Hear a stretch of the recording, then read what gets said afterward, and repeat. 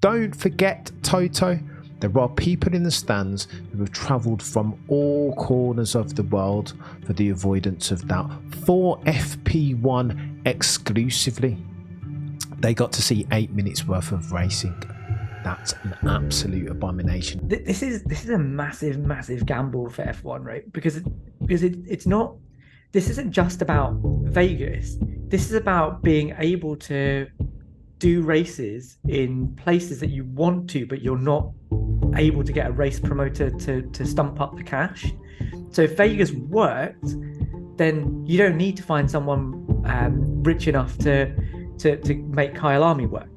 Just promote it yourself. Mate, as somebody who's been watching this sport a gazillion years, it feels like low-hanging fruit to at least get an announcer who's watched F1 and knows that it's not the F1 or it's not Liberty Mutual, it's Liberty Media, as an example. It almost feels like that smell when you get announcers and broadcasters making those mistakes. It almost feels like I thought it was a cash grab before, but now I know it's a cash grab because it looks and smells and feels like one. We fully understand where you're coming from, but the regulations do not allow for us to do that, mate. So your regulations do not allow for common sense. Like, what the? There's no corner that incompetence hasn't inhabited, right? As far as everyone's concerned. Like, the track doesn't work. The bloody blackout blinds aren't blackout. They've overpriced and undersold. The grandstands are empty. It's like what? Honestly, Shez, I don't know, bro. It's chaos to me.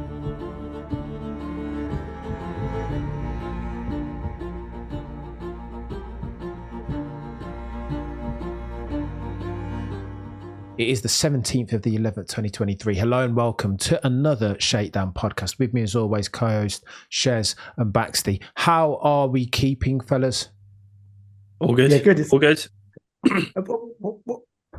Don't do it. I didn't do it. I feel like I should follow through, and it would be watching so much WWE. It would only be right for me to say to both of you, it doesn't matter how you're doing. Timing is everything though, lads. Can we talk about some F1? Because it's been a chaos 24 hours or so. Baxter, I'm coming to you first, bruv. What did you make of a manic FP1 that was FP1, but then it wasn't FP1, but then we got 8 minutes, and then it was Wolff, and then it was Carlos Sainz, and then it was water valves or whatever they're calling them. Talk to me about it, Baxter. It was chaotic, just a tad.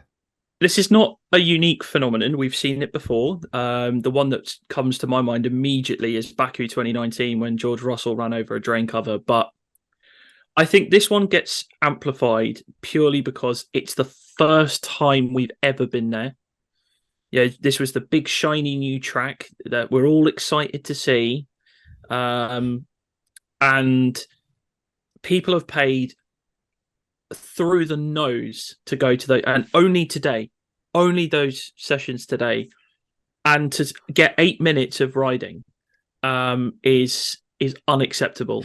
I understand why they did it. Safety has to come first, and I think F1 ultimately did make the right decision, because what happened to Carlos Sainz was very serious. I mean, the damage to his car was extensive, but I just think that, and I know we'll get into this more, but I feel like more should have been done for those people that paid good money to go to the event, and also not just go to the event, but also travel to the event as well. I mean, I read a story from a guy that flew in from LA, which doesn't seem like a lot, but that's still airfare. That's still an expense on top of the already close to four-figure ticket price just for a Thursday session, let alone everything else.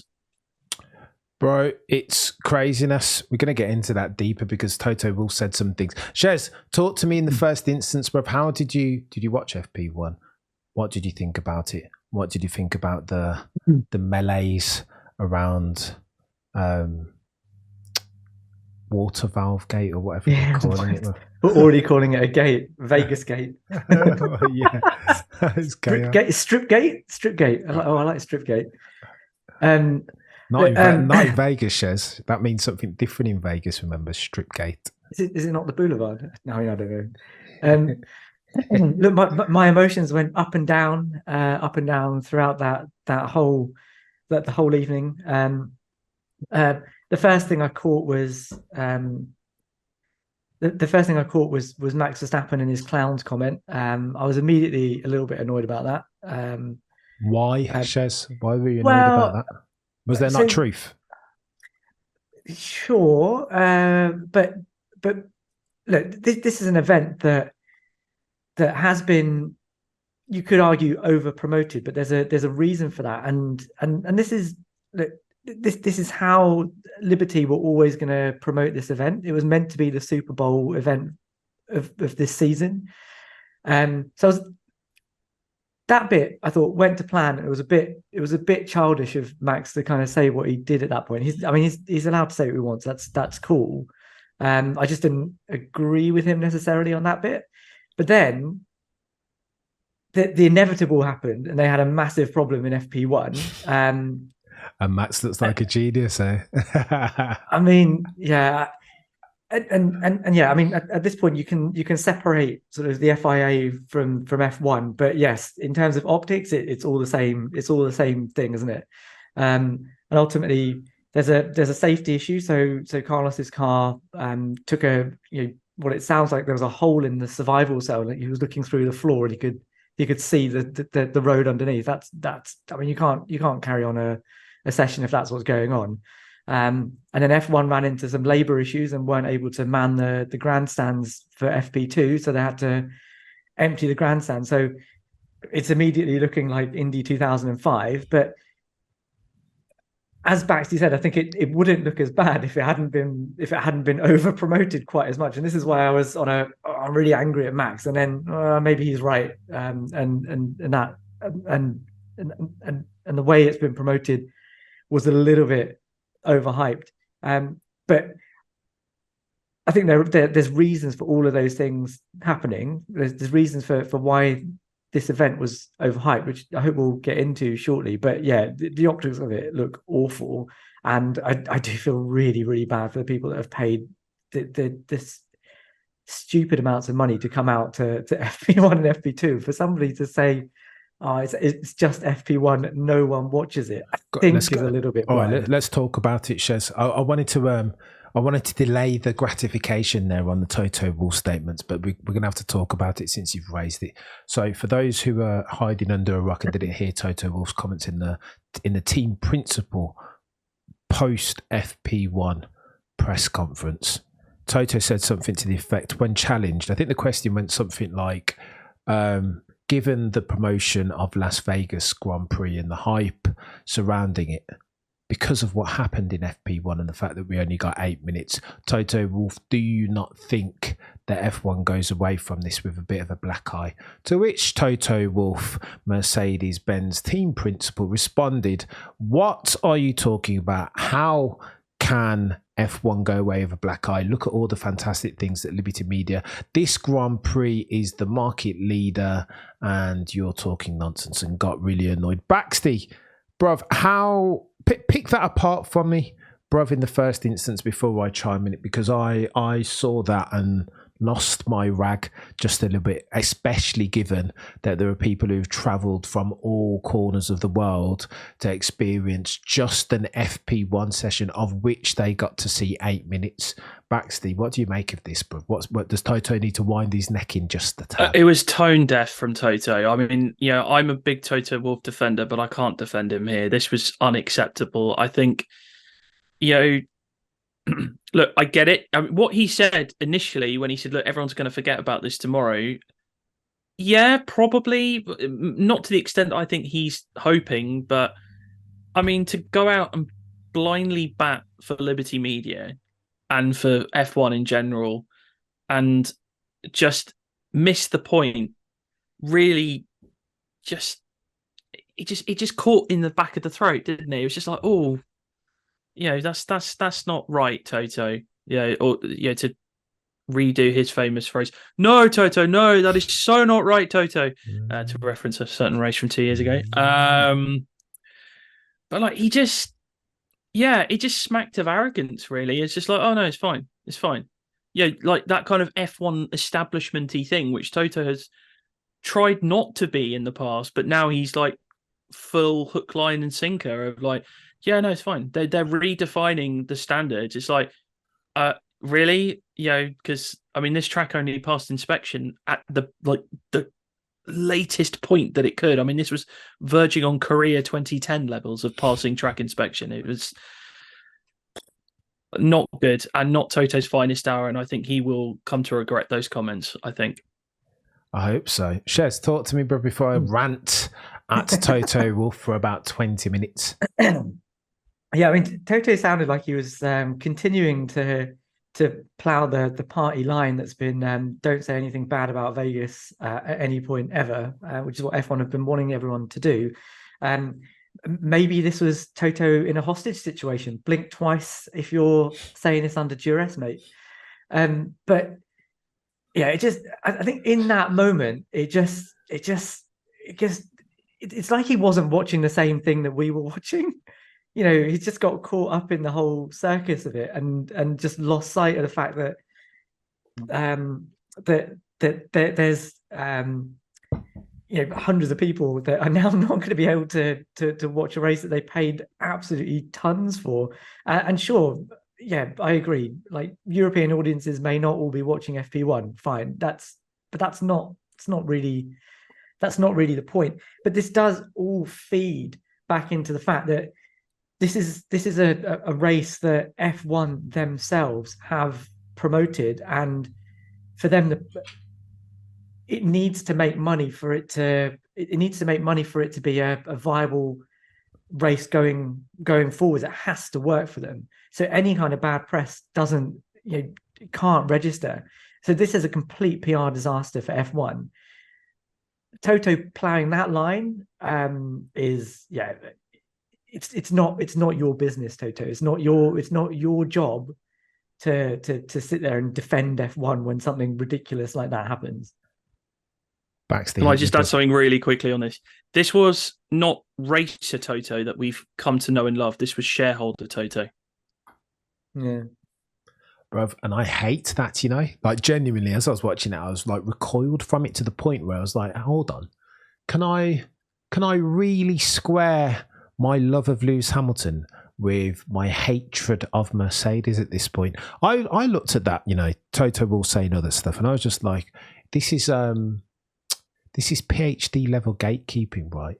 You are disconnected from the people now, in a similar way that many megalomaniac politicians come to power as a man of the people, and then all of a sudden start to lose their way because absolute power corrupts absolutely. I was just listening to it. I was like, you're having a lot. It's so transparent, the agency, and trying to back, like you guys have alluded to, right, the company man, and this is F1 and Liberty Media. And then in the very next bloody sentence, when he's asked about a team joining the grid, all of the rhetoric that he's talking about, yeah, this is brilliant, this is positive, we're moving forward, we're growing the market, all of a sudden he unwinds all of that, and then we get all the hesitance and, well, it's different. If it's an engine manufacturer, then it's fine, but if it's a team, then I was like, hold on, Toto, do you not see the inconsistency in everything that you're spouting at the moment? And honestly, chaps, it put me off a little bit, not just of Toto, but of Mercedes. I'm like, I can't get down with this level of hypocrisy and conceitedness. I'm like, what are you talking about? Don't forget, Toto, there are people in the stands who have travelled from all corners of the world for the avoidance of doubt, for FP1 exclusively. They got to see 8 minutes worth of racing.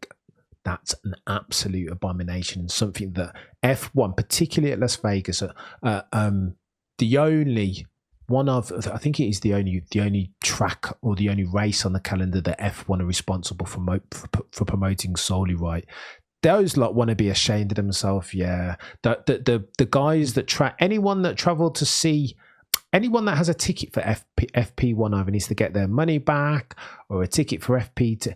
They need to get some sort of compensation, because it's not fair, yeah. And I think instances like this, I know they're trying to grow the sport and it's difficult. It's a very fine line to try and traverse, right, chaps? But yeah, and still, there's got to be a level of humanity. They're always talking about sustainability and corporate social responsibility and all this gubbins. And for Toto to stand up there, trying to be a company man and back F1 and Liberty Media, but come out with words that were so tone deaf, ostensibly, and disconnected from his intended meaning, I just thought was absolutely ridiculous. Hit me, Baxty. Yeah, I mean, there's a few things I want to add. We got the statement from the Las Vegas Grand Prix organizers where they, the classic white text on a black background, just explaining what happened, and actually, explaining that they couldn't staff the FP2 due to labor laws. Yeah, that makes sense. Okay, it's frustrating for those people that were there. You could have communicated with them better, but that makes sense. And obviously, safety has to come first with these drain covers. But what really annoyed me was there was no hint of an apology at all. It was almost saying like, oh yeah, well, we had to do it. It's like, yeah, but you can still apologize to those people that have paid good money. Probably gone to that bar that's selling at the Bellagio that's selling $135 shoey cocktails. Like, get them out of here. And then you've got no offer of a refund as well. Like, what? It's ridiculous. Or you give them free tickets to tomorrow because, I mean, let's look at the opening ceremony and those practice sessions. Those grandstands were not full. My God. But how would they be full, Baxty? $2,000 general admission. Who's got money for that, really? And then the blackout curtains they've got to stop people from watching just don't work. It's and this is the problem, Baxty, right? When I go off on these F1/FIA rants, it just smacks of there's no corner that incompetence hasn't inhabited, right? As far as everyone's concerned. Like, the track doesn't work. The bloody blackout blinds aren't blackout. They've overpriced and undersold. The grandstands are empty. It's like honestly, Shez, I don't know, bro. It's chaos to me. Properly chaos. Yeah, look, it's difficult, isn't it? Like you said, this is the only race that F1 themselves promote. So the first thing to say about that is that they're directly responsible for refunds and giving people seats to tickets to seats that they didn't have before because they missed other sessions, right? This isn't like Spa 21 where you can blame it on the race promoter not refunding. This is down to F1 themselves. But this is a massive gamble for F1, right? Because it's not. This isn't just about Vegas. This is about being able to do races in places that you want to, but you're not able to get a race promoter to stump up the cash. So if Vegas worked, then you don't need to find someone rich enough to make Kyle Army work. Just promote it yourself, right? Because you know that you've got a way to make that work. And from that point of view, I can understand why they, number one, don't want criticism of the race. I think someone from F1 needs to come back and speak to Toto and say, actually, that was a massive own goal, mate. Like that wasn't the way to let us do the talking. But on the other, I can absolutely understand why they've gone as massive as they have, to make this event as profitable as it possibly can be. And all of this, right? They must be sitting there with their heads in their hands right now, going, "How can anything else go wrong?" I mean, the race could be rubbish would have been Sunday, exactly? That's the thing. What would have been worse is if Drain Cover Gate had happened on Saturday, and would either lost qualifying or the race. Yes, it's really annoying. But if you for FP1 and FP2, but if we'd lost the entire race because of this, I mean, it's a complete balls up. But they need this to work. They need it to work, and that's why the rhetoric like this is coming out, and that's why everything is as big as it is. Because if this doesn't work, there's a big threat to other races down the line, and that I get that. I want to see races that we haven't been to, and not just the sort of government paid drone tracks that we've been to recently. Isn't there those shares something to be said? So here's indulge me in my full send gatekeepery for a second, because as I'm watching, I've tried to tune in and I've watched bits and bobs of the opening ceremony, and as much as I know that the opening ceremony is not for me, that I'm far too old and too much of a grey bearded F1 fan. Like I tried to, and you want to get in with the kids and kind of try and understand. So I watched a bit of Kylie in the opening ceremony. I was like, right, okay, cool. And then like 58 minutes deep into a 60-minute ceremony, then all of a sudden they bring out the drivers, and then the stream cuts. I'm like, what's going on here? Now this is the bit that I tuned in to see, right? This is the crescendo, and you just sacked me off and left me high and dry. I will say this as well, Baxty. Let me proceed down this gatekeeping alleyway. As I'm watching it, here's my question, Baxty.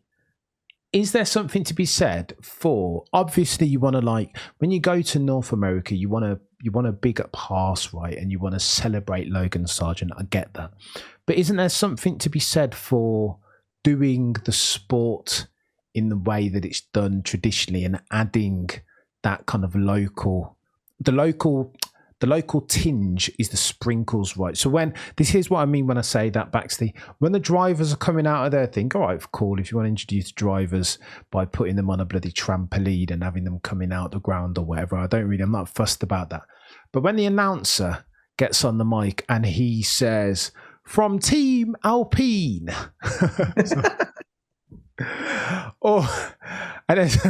and then proceeds, "From Team Ferrari, from Team Mercedes."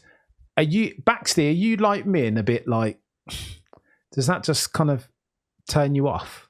Like, what team, everything? That for me is too Americanized. Is again me gatekeeping massively. But what you're doing there is it's a lack of knowledge of that. It's like those guys that say the F1, like the F1. No, F1, right?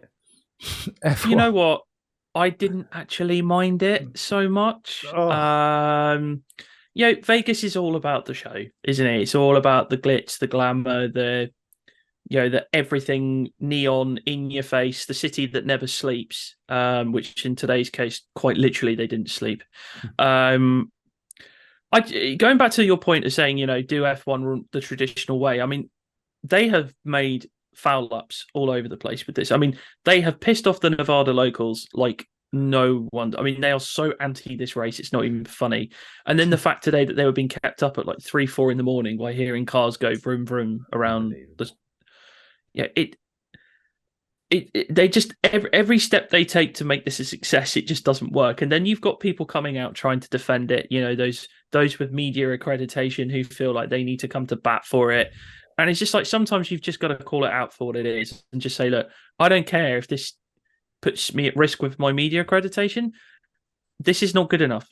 Not for us as journalists staying up and not leaving the track until 6 a.m. I mean, I saw the legend that is Dr. Robs post something about an hour ago saying some of the teams have just got back to their hotel. Of course. Like they've just got back, and they're going to be working on fumes during FP3 and quali. I think that in the long run, this race will be a success, but I just feel that everything that could go wrong so far has gone wrong.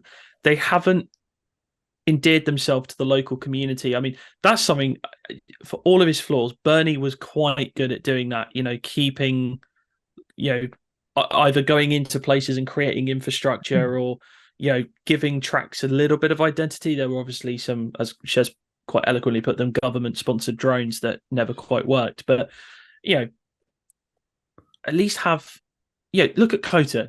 Another American track. That track has such an identity. The locals love it. It's a temple of motorsport in Southern America. And, they get it right. Whereas here, it just feels very forced and very in your face. And like, you will like this. Like, you will appreciate Max Verstappen. Don't force the narrative to me. Go on, Shez. I do take that point, but we are currently judging this race before the actual track action has even happened. And I think even in a place like this, you can separate the glitz and the glamour from the actual track action. Like I have to say, I didn't watch the ceremony. It's not for me. I'm like, Cam, this is not. It's not really my thing, and that's fine. Like F1 should be able to cater for everyone, right? And what I want is to see what the long runs were like in FP1. I want to see who's gonna be fastest in qualifying, and I want to know, like, is there going to be overtaking into Top Golf corner? You know, these are things that I want to know. How very dare you? How very dare you use the name of the corner in Las Vegas, Shez? I'm not having that. but the big difference I think between Bernie and Liberty is that, look, I remember for the longest time Bernie trying to get a New York Manhattan street race going so they could have the skyline in there, then a New Jersey one that was on the brink of happening, and then various other races in places that would have had great backdrops and made loads of money. None of them happened because he could never find someone to actually stump up the cash to make it happen. And I do still applaud Liberty for being able to make this race happen. The execution so far has been awful. But this is the first time they're coming to a place that has quite rigid rules and regulations. Like you're gonna compare it to Baku, but in Baku again, it's government funded, isn't it? It's government funded, and the race promoter is local, so it's the onus is on them to make sure that the roads are kept open, that the street is kept safe, and that people get to their grandstands, because ultimately it's their bottom line. Whereas here, F1 are having to subcontract stuff that they want under their own control, and then this stuff happens. I mean, you had to predict that this was going to happen, because they can't control everything. But you can't. I think you can't criticize the ambition. The ambition here is right. And as Baxty said, once they get on top of the teething problems that happen this season, if they haven't created too much damage by the optics of this year, it can go on to be a success. I hear you, Shez. I hear you, and I appreciate the positive vibes and optimism. But I don't know, as somebody who's been watching this sport a gazillion years, it feels like low-hanging fruit to at least get an announcer who's watched F1 and knows that it's not the F1, or it's not Liberty Mutual, it's Liberty Media, as an example. It almost feels like that smell when you get announcers and broadcasters making those mistakes. It almost feels like, I thought it was a cash grab before, but now I know it's a cash grab because it looks and smells and feels like one. It just feels very cash grabby. And whereas all around the world there are countries and continents dying to have a Grand Prix, we're over in Vegas because cash rules everything around me. Cream, get the money, dollar bills, you're, in the words of Wu-Tang. But I digress. I don't know. Here's hoping it delivers, man. Fair play. Good shout. Shout out to the lad James Vowles for saying, listen, judge us on the race before you judge us on what happened on in FP1. I appreciated that. And I appreciated the translation, the succinct translation of what Toto Wolff had been trying to allude to, which again didn't hit the mark for me. But I digress. Go on then, lads. Let's talk to me about some predictions, because I'm keen to see who you guys have got for the race. Shez, is this just another Max Verstappen masterclass in waiting, or nah? I don't think so. First of all, it's odd to be able to talk about our predictions after FP1, so that's fun. FP2, sorry, my bad. And yeah, it's a shame that Carlos is headed to the back in one way, but from another, this is going to be a race where Ferrari have got decent long run pace. It's not miles off Red Bull on the long runs. They've got really good one lap pace, as we know. It's a track with long straights and heavy braking zones. So it should be fun to see Carlos come through the pack. In terms of who's gonna come out on top, I think probably I'd say Leclerc's gonna get pole. I think that's it's not a given, but I think all things being equal, that's probably where it's going to go. And I think this race, given that it's colder and more difficult for the Ferraris to just cook their tyres immediately, might just give us a bit more of a chance of Charles being able to convert a pole to a potential race win. Maybe. Behave, Shez. That's not going to happen. Baxty, talk to me about something that is chaos. Well, the joke is, though, you know what? I'll come to my predictions in a minute. Baxty, why is Carlos Sainz taking that grid penalty? Because again, not to call Las Vegas Grand Prix the cacophony of errors Grand Prix, but it starts to feel like that when Carlos Sainz, through no fault of his own, just because the track decided to peel up underneath him, which could potentially have been a much more serious incident than it ultimately ended up being, just because of an act of God, he has to start from 10th. Why is he starting there, Baxty? Have the FIA missed a trick there, bruv? Like, why? Okay, so this isn't the FIA's fault. I thought it was, and then some more knowledgeable brains put me right on this. So this is F1's fault, because F1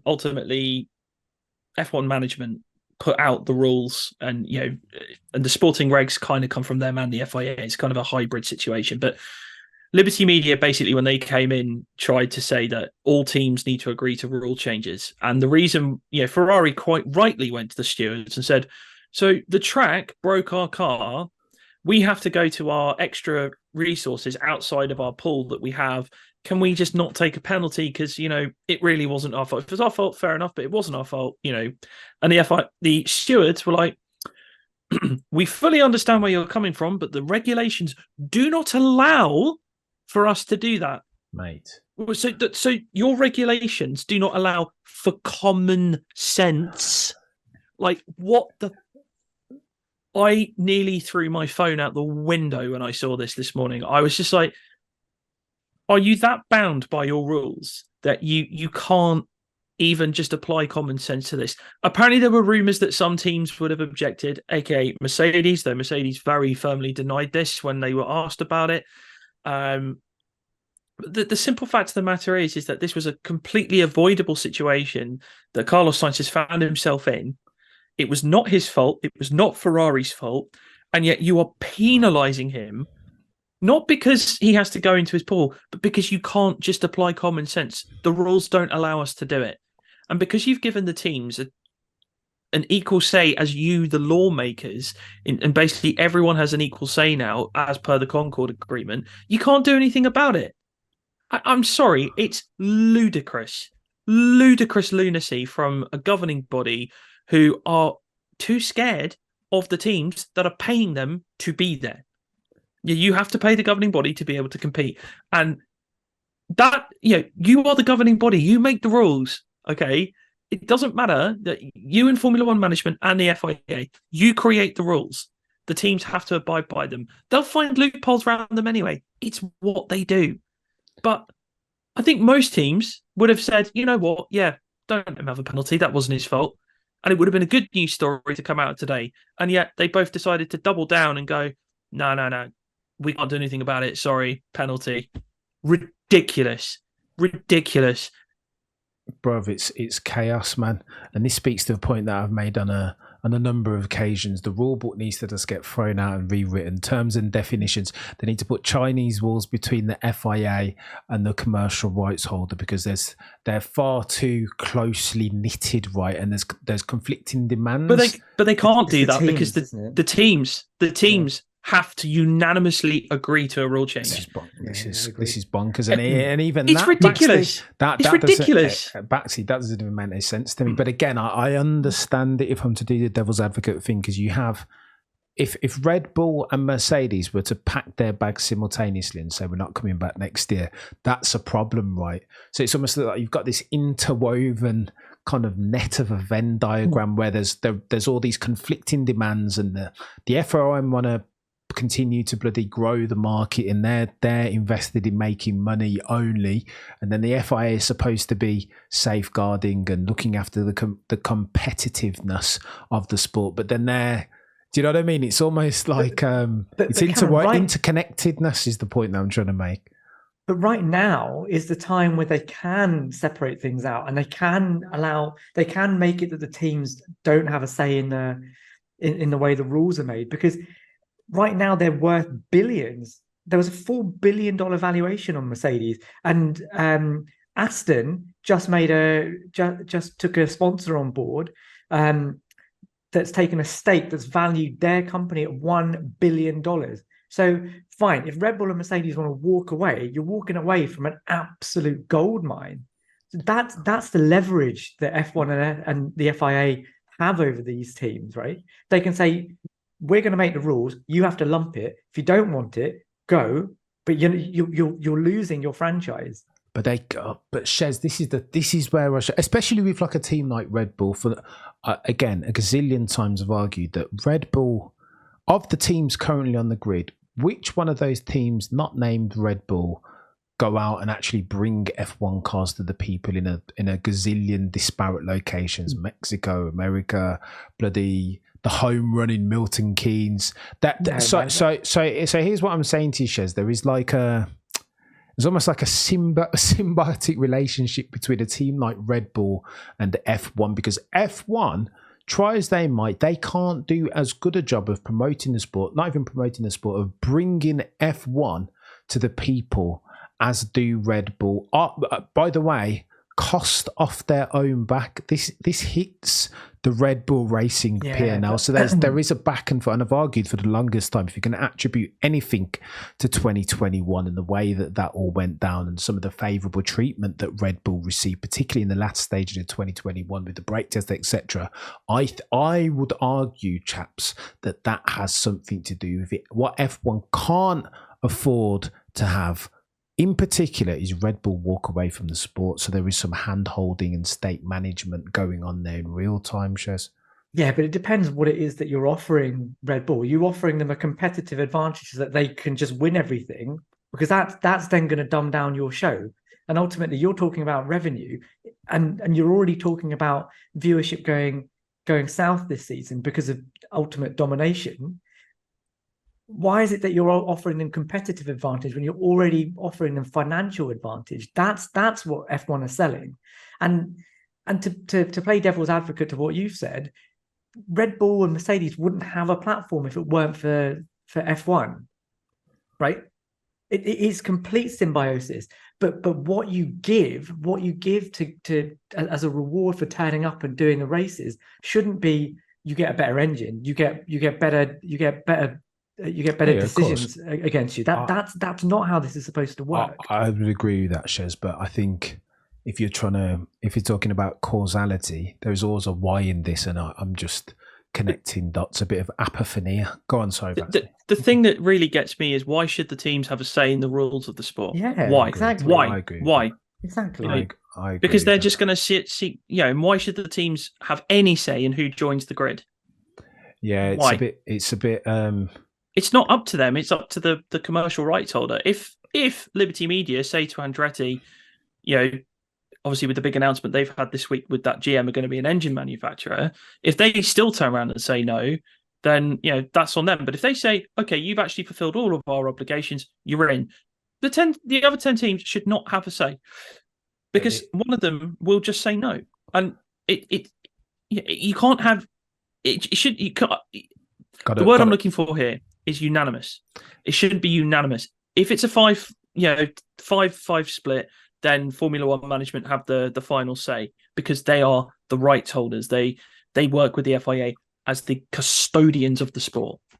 But this is why you need to scrap the rule book, the regs, the sporting code of conduct, the Concord Agreement. They all need rewriting, and proper terms of definitions need to sit at the front of each and every single one of those documents. Is this going to happen though, lads? Probably not. Not before Father Christmas delivers my presents down my chimney this year. Baxty, talk to me about predictions. After all that. Yeah, Techie, a small tangent, mate. But I agree that Charles Leclerc will get pole, and I also feel that we're going to have normal service. So when Charles Leclerc gets pole, Max Verstappen normally wins. I think it'll be closer. I mean, some of the things that were coming out from FP2, you could see that engines were getting cooler. They were being told to keep the engine temperatures up. I think the tyres could be a problem. I mean, I know George Russell had serious problems with his tyres today. Some of the data I've seen suggests that it is going to be a straight fight between Ferrari and Red Bull, and that it might actually be a competitive race. So maybe Charles has a chance. I think he has more of a chance than he normally would, but I would still back Max Verstappen to win. But I think the only other driver that could sneak a podium is Alonso. Alonso's looking quick. He's dialed in, and I think so. I think your podium is looking sort of Max, Charles, Checo, Fernando. I think in that area. Interestingly, Baxty, I've been paying attention. I fancied a cheeky wager on Charles Leclerc, both for the win and quali for pole.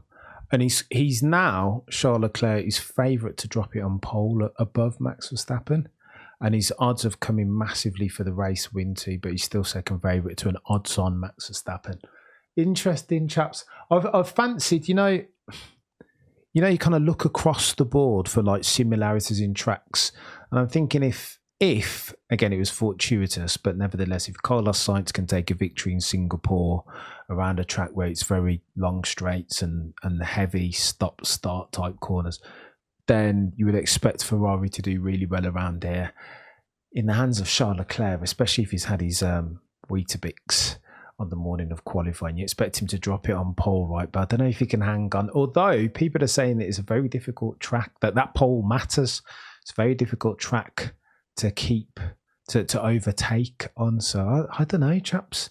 I don't know. Although if Max Verstappen, this is what I keep thinking, right? Here's my prediction, and we can revisit this in a couple of weeks, see how it played out. I reckon Charles will drop it on pole, and Max will nail him. Max will be on the front row also in second, and then he'll just nail him into turn one, as usually happens, because these guys are so timid around Max Verstappen.